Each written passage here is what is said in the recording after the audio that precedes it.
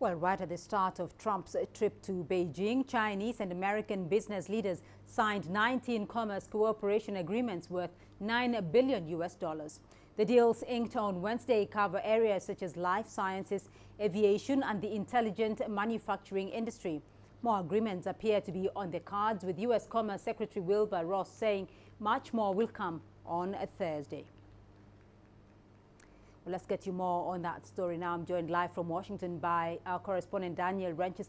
Daniel, just how significant is President Trump's trip to China and his meetings with President Xi Jinping?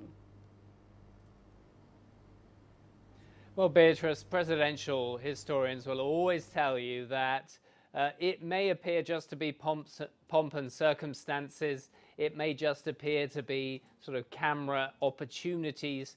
But actually, the rapport between these two presidents is crucial because it provides an opportunity to build trust.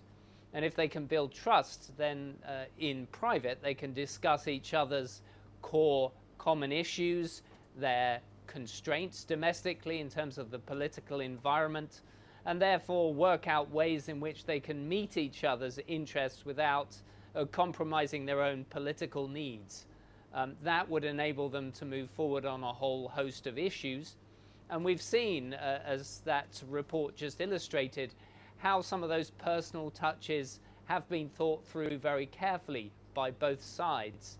And it also provides the Chinese with an opportunity to really understand President Trump much better. He's sometimes an unpredictable individual. It will provide them with perhaps some reassurance, perhaps with some points of conflict between the two, but also everybody knows that when you get in front of President Trump personally and you're right there in his presence, he tends to be more empathetic to your needs and tends to be more able to compromise on key issues. Well, Daniel, and can you tell us more though about how Americans are viewing this trip?